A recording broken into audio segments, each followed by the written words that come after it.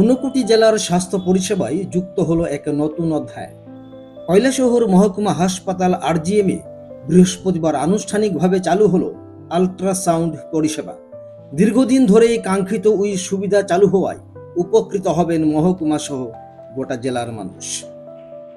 সংক্ষিপ্ত এক অনুষ্ঠানের মধ্য দিয়ে পরিষেবার উদ্বোধন করেন রাজ্যের সমাজ কল্যাণ ও সমাজ শিক্ষা দপ্তরের মন্ত্রী টিঙ্কু রায়। উপস্থিত ছিলেন কৈলাসহর পুর পরিষদের চেয়ারপারসন চপলা রানী দেবরায়, ভাইস চেয়ারপারসন নীতিশ দে, ঊনকোটি জেলার মুখ্য স্বাস্থ্য আধিকারিক শীর্ষেন্দু চাকমা, মহকুমা শাসক বিপুল দাস, আরজিএম হাসপাতালের এসডিএমও পাপিয়া রুদ্র পাল সহ অন্যান্য বিশিষ্টজন। প্রদীপ প্রজ্বলনের মাধ্যমে উদ্বোধন পর্ব শেষ হবার পর স্বাগত ভাষণ রাখেন এসডিএমও পাপিয়া রুদ্র পাল।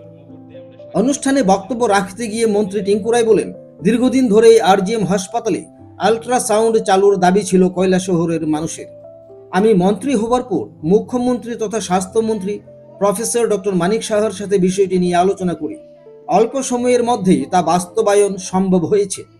রাজ্য সরকার ইতিমধ্যেই স্বাস্থ্য খাতে প্রায় 1000 কোটি টাকা ব্যয় করেছে। নতুন পরিষেবা চালু করা এবং আধুনিক অবকাঠামো তৈরির কাজ চলছে।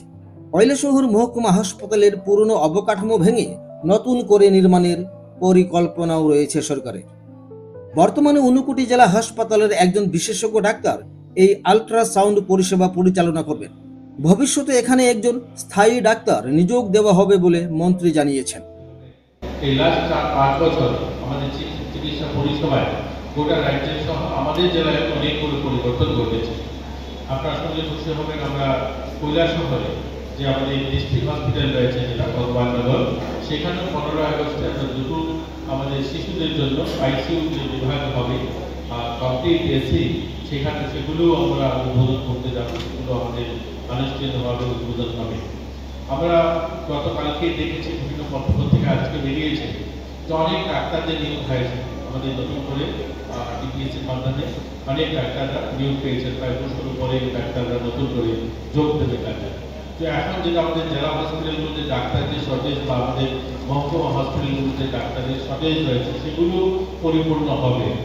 এছাড়াও আমাদের যে নার্স বা অন্যান্য যে তাদের মেডিকেল পরিষেবার যে সমস্ত দপ্তরে খালি পোস্ট রয়েছে, সেগুলো ক্রমশই ধীরে ধীরে পূরণ করা হচ্ছে। আমাদের এই হসপিটালে একটা ডিএডিকশন আমাদের সেন্টার আমরা টেম্পোরারি উদ্বোধন করেছিলাম, সেটাও খুব শীঘ্রই সেটার পরিষেবা দেওয়া শুরু হবে, তারও নিয়োগ প্রক্রিয়া শুরু হয়েছে। আমরা আমাদের জেলায় যদি দেখি একটা নেশামুক্ত হসপিটাল 50 বেডে, যেটা মাননীয় মুখ্যমন্ত্রীর হাত দিয়ে আমরা উদ্বোধন করেছিলাম, সেটাও খুব শীঘ্রই কাজ শুরু হবে। তার জন্য ল্যান্ড লেভেলিং বা বাকি ব্যবস্থা করা রয়েছে। স্বাস্থ্য পরিষেবায় গোটা রাজ্যে ব্যাপক পরিবর্তন এসেছে। আপনারা শুনলে খুশি হবেন যে আমাদের জিবি হসপিটাল, যেটা মুখ্য হসপিটাল আমাদের রাজ্যে, সেখানে 200 কোটি টাকা ব্যয়, সেখানে মা ও শিশুদের জন্য একটা স্পেশাল হসপিটাল বিল্ডিং তৈরি করা হচ্ছে, যেখানে পিএমডিওয়াই প্রধানমন্ত্রী অনুদানে সেখানে আমরা একটা বড় ফান্ড 200 কোটি টাকা একটা নতুন হসপিটাল বিল্ডিং তৈরি করা হচ্ছে। শুধু মা এবং শিশুরা সেখানে চিকিৎসা পরিষেবা পাবে। এবং আমাদের যেটা জিবি হসপিটাল ছাড়াও আমাদের বিশ্রামগঞ্জে একটা নেশামুক্ত হসপিটাল প্রায় 100 কোটি টাকা সেখানে ব্যয় করে একটা বড় হসপিটাল স্থাপন করা হচ্ছে। এবং আমাদের যেটা আইডিএম হসপিটাল, যেখানে ডেন্টাল কলেজ চালু হয়েছে, এখানে 200 কোটি টাকা ব্যয়ে সেখানে অনেকগুলো পরিকাঠামো গড়ে উঠছে। সেখানে ছাত্রছাত্রী যারা শিক্ষার্থী যারা রয়েছে মেডিকেল কলেজে, তাদের জন্য থাকার হোস্টেল তৈরি হচ্ছে। প্রায় 36 লক্ষ টাকার ব্যয়ে এই আধুনিক চিকিৎসা সুবিধা চালু হয়েছে। উদ্বোধনী অনুষ্ঠানের শেষে মন্ত্রী ও অতিথিরা আল্ট্রাসাউন্ড বিভাগের নতুন কক্ষ পরিদর্শন করে।